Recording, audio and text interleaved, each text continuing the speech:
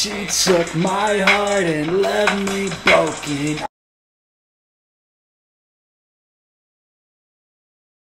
So today is honestly a very interesting game on tap for us. Before I get into that though, what's up everybody, man? Welcome back to the channel. I am JC Hip, and today I'm coming out another Conference Rebuild Dynasty video where I basically am rebuilding the entire Conference USA, entire Sun Belt. Sounds like a lot of work, you know it is, but it's kind of a dope dynasty when it all is said and done and over with. Montana State on the road against Northern Colorado. Northern Colorado is 4-3, 1-2, has looked dangerous, and you can tell by their stats, but has lost some games that they probably shouldn't have lost. While Montana State has been a competitive team, but looks like they are still missing a few pieces to be a true contender so early in their rebuild. With Northern Colorado beating respectable teams like TCU on the road, BYU at home, and losing to a Power 5 Tennessee team who beat Alabama this week, they look like a really good competitive team in the non-conference games heading into conference play. To start off conference play with a questionable loss on the road to North Texas and then a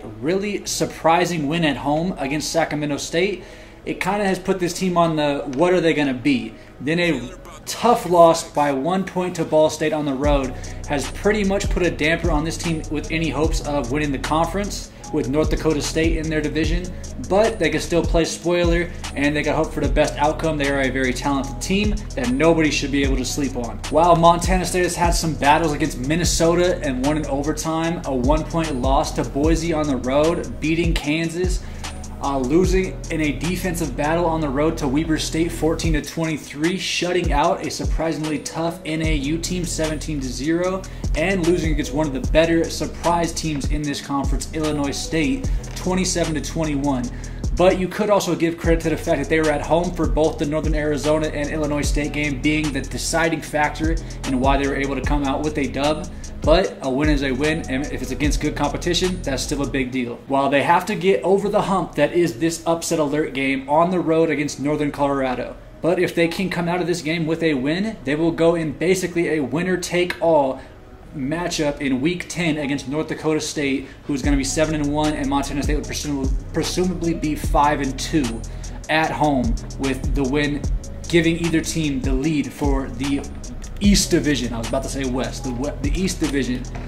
So you could have a possible East Division Conference Championship game next week if Northern Colorado cannot pull out the upset this week. I believe that the X factor for Montana State to win this game is going to be their offensive line. That includes their tight end, Joel Elliott, if he can get open in space. But I need the big guys up front like Antoine Holmes, Zach Silva. Their offensive line doesn't look great now that I'm looking at it. They have one good player. So if this offensive line cannot get a good push and help Walter Kenry get going this year, that honestly makes what Walter Kenry has done up to this point that much more special now that I know this is the offensive line he's been working with besides a good left tackle. Walter Kenry might be really underrated now that I know that. But I do think the run game has to be the big thing to get going for Montana State to be able to pull out this win today. While for Northern Colorado, I think it is and always will be their offense that includes Jared Williams running it as the quarterback, Will Bergsten and Nick Patrick getting going when they can in space, and having these three, the dynamic trio, get going early and making sure to pile on points along with Dallas Garrison and Gavin Fitch. The offense has got to be the leading factor for Northern Colorado, and I think this should be the X factor in the game, and if they're able to get going the way I think they can pull out this upset at home, and that's what I'm going to go with. That's what my gut feeling is telling me. Montana State is not going to be able to pull out this win, even though they desperately need it and want to go into next week against North Dakota State with a battle head-to-head matchup that everybody wants to see. But I just think Northern Colorado is going to be too much for them overall, especially with them being at home, being that X factor for them. I think Northern Colorado comes out with the win. Let's go 35-28. Northern Colorado does need help on the defense, and they got 3 big recruits coming in to watch this game. So hopefully they can pursue this talent and make them want to commit to us after this week, because definitely adding talent will be big for this Northern Colorado's future. Why? Oh, let's go. And with this kick and return, officially one of the games of the week is underway. This is a big time game to me, man. I know Anybody that would be new to this channel or new to this dynasty would quickly be thinking like, nah, this isn't a game of the week game. Anybody that's a doubter and reasoning for saying it's not a game of the week game is because, you know, there's SEC games that are going down that are probably pretty big time right now. There's some Big Ten games that could be big time right now, like Indiana. But we specifically have been hired to watch, recruit, scout for the future levels, Conference USA and Sun Belt. So me, knowing that that's what I'm here for, I'm here to look at Conference USA and Sun Belt, I know this is a huge game for year one. Northern Colorado is one of those teams that surprised everybody early with how talented they were. While Montana State started out the year with one of those teams where we were just like, they're talented, but are they talented? Where are they going to be this year? I don't know. They remain a question mark. And this is one of those final deciding games here where Northern Colorado still looks talented, but still has these moments where they've lost teams they shouldn't have, and it makes me question how talented are they. While on the other side, Montana State is in a position where they can still win this conference, unlike most. And if they can't win this game, it's all over, and just goes to show they were never a team that should have been considered a threat for it this year. So for that reason, I think both teams' seasons have a lot riding on this game right here. This homecoming matchup for Northern Colorado is a big-time game with big-time future elements that could possibly domino fall for whoever wins this game. And sort of as I expected to start it, Northern Colorado's offense has been way too much for anything that Montana State can handle, and they just continue to drive down that field. Now 1st and goal on the 7-yard line. This could be the way of the game, and it could be a blowout if Montana State's offense can't keep up, because it's going to be hard for Montana State to get them off the field. All right, right back to it. 1st and goal on the 7-yard line. Jared Williams is in shotgun formation with Will Bergstand as his running back. They're going to go with a pass. Don't look like anybody's open. Oh, John Taylor, tight window. Great throw as he took a hit by Jared Williams. Easy, real easy drive from Northern Colorado. If they can keep that up, it's going to be a blowout. Montana State, they got to answer quick, I think. So, especially after last week's performance, I think we found out that Walter Kenry is that dude on this offense, and he's the guy that you got to stop if you're on defense, and he's the guy you got to run through if you're Montana State. So I'm going to stick to that formula and run through 16 today. Now, like I said earlier, Montana State is a team that likes to run a 2 QB system. So if you see number 12 come in to take a few snaps under center in shotgun formation, that is going to be Bryson Plaisant. Both quarterbacks have looked good up to this point. I think Cedric Johnson definitely is leading in snaps overall, though. Definitely with that QB competition involving those two, I think it'll be interesting to see how the year plays out.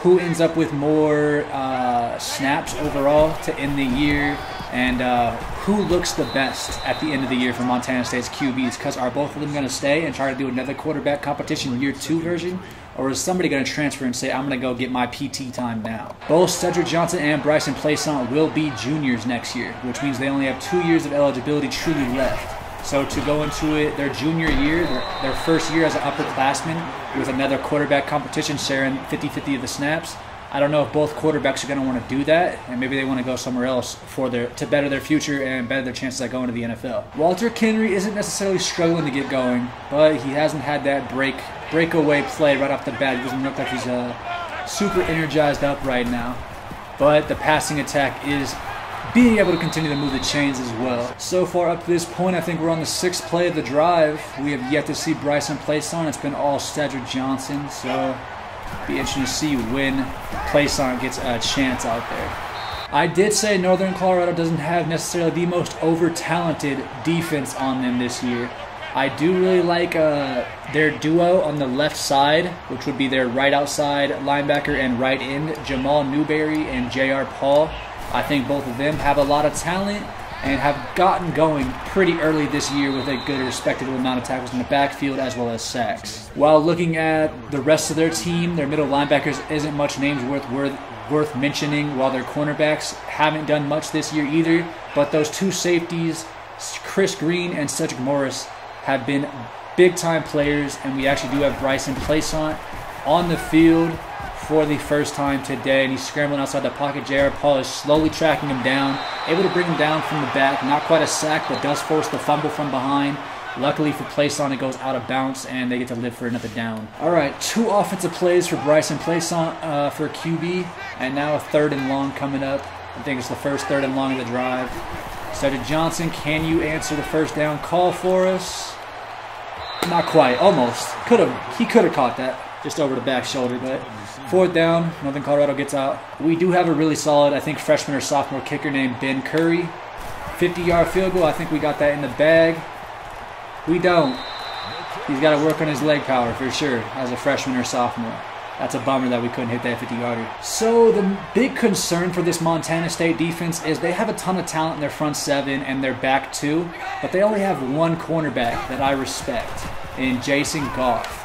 While everybody else got to wrap him up, that's Dallas Garrison. He's a bigger target. Colorado native. It's just like I said, Ben, I think Northern Colorado is going to be able to pull this game away just because of the overall offensive talent they have compared to the lack of overall talent Montana State has. They have a few good pieces like number 3, Rashawn Allen, so only at most 50 targets. That's barely enough. Oh, the one guy I give credit to for the cornerbacks, Jason Goff, just got beat, couldn't bring him down, ends up getting brought down by Avery Walker. And Northern Colorado about to take a dominant lead. I'm going to stay with the pressure, man. There's just not enough space on the field to get burnt like that, so let's go get this quarterback, make sure he knows we're coming for him. Oh, beautiful throw to DJ Smith, the JUCO. 2 feet down, NFL catch. 14-0 lead for Northern Colorado. And I'm on their side of the ball for defense, so they got that X factor that is me trying to help them out, I think. We as Northern Colorado have a chance to end this game early. There is a minute 11 seconds to go. If we can get them off the field, take a Chris Munoz to the house. Let's go, man. 21-0. And we still back on defense. Let's go, man. Northern Colorado gonna get them out the field, right? Let's go, man. That's huge. Chris Munoz, baby. I should have gave you some credit, huh? My fault. Let's go. Let's lock down. Let's make a play. Oh, picked. Let's go, Chris Thomas. Let's go, man. We eating out here today, Coach. I told you I had that just gut feeling that Northern Colorado was going to come to play today at home. And you're fucking right, they did, bro. We going to get them out the stadium, Coach. It's been a really good year for the Conference USA. Like, with every team being such a big question mark, you know, it was hard to truly give them a fair scouting comparison to what we expected.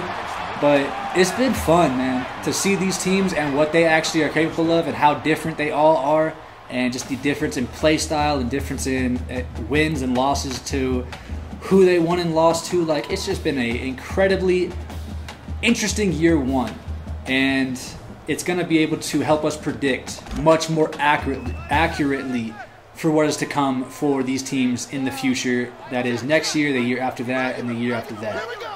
Because these guys are all still young and should all still be back on the field when it's all said and done. Tough catch by John Taylor over Jenkins. That's not easy. He took a hit to do it. 1st and goal on the 7-yard line. This time it's a 21-0 lead for Northern Colorado, though. And a chance to, in my honest opinion, end this game before it ever even truly got started. All we got to do is just finish it off with a touchdown right here. So funny enough, for 3rd and goal on the 2-yard line, we've got our speed back Nick Patrick in for his first play of the day. Going right up the gut with the speed bag. He too quick for him. We in the end zone, 28-0. Will Bergstein was tired, got a little break on 3rd down. 28-0, I think this game's over with. I'm going to play it still for a little while before I super sim. I mean, it's credit where credit is due. Northern Colorado came to play just like I thought they would. I don't play favorites. I didn't really care who won it.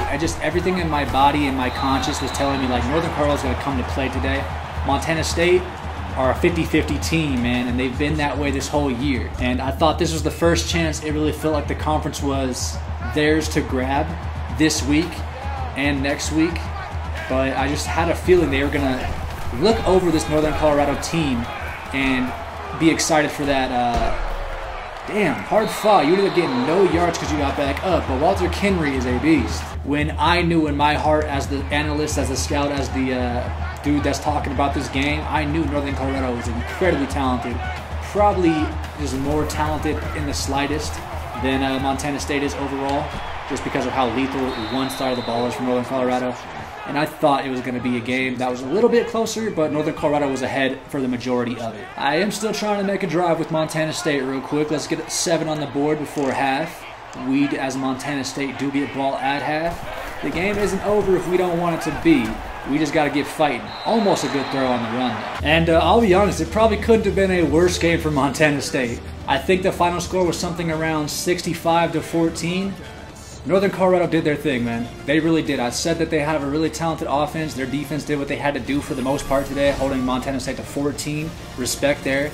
Yeah, this is going to be one of those games that Montana State circles big time on the schedule next year, because they need to come to play against a team that may be developing into a rival for them.